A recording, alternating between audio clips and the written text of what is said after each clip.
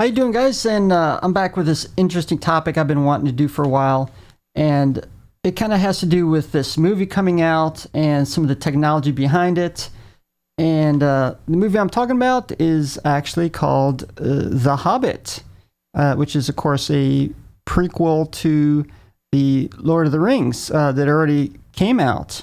Now, what's interesting about this movie is they're actually going to be filming this at 48 frames per second. Most movies and TV shows have been filmed at 24 frames per second for 80 to 85 years, which is pretty much the industry standard. For some of you guys don't know, I'll kind of tell you the reason why they stuck with 24 frames per second in the very beginning was due to cost, because film was expensive way back when.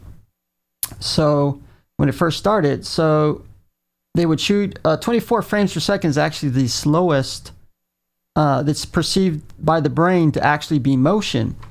And so obviously the slower the frame rate, the less film they use, and obviously more cost savings.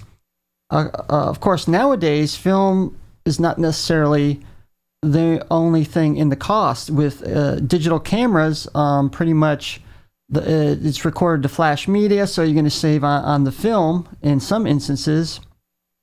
Now, talk about some of the pros and cons. Now, for shooting at a higher frame, you get an effect kind of known as a soap opera effect, and it's a little bit too live and a little bit too real, and you can actually see flaws as far as makeup, costume, and so forth, and then shooting at a lower frame rate.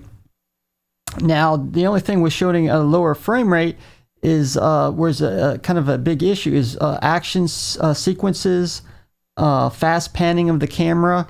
What that does is cause a lot of blurring effect, which is known as strobing. If you're shooting at a high frame rate, you won't get that effect nearly as bad.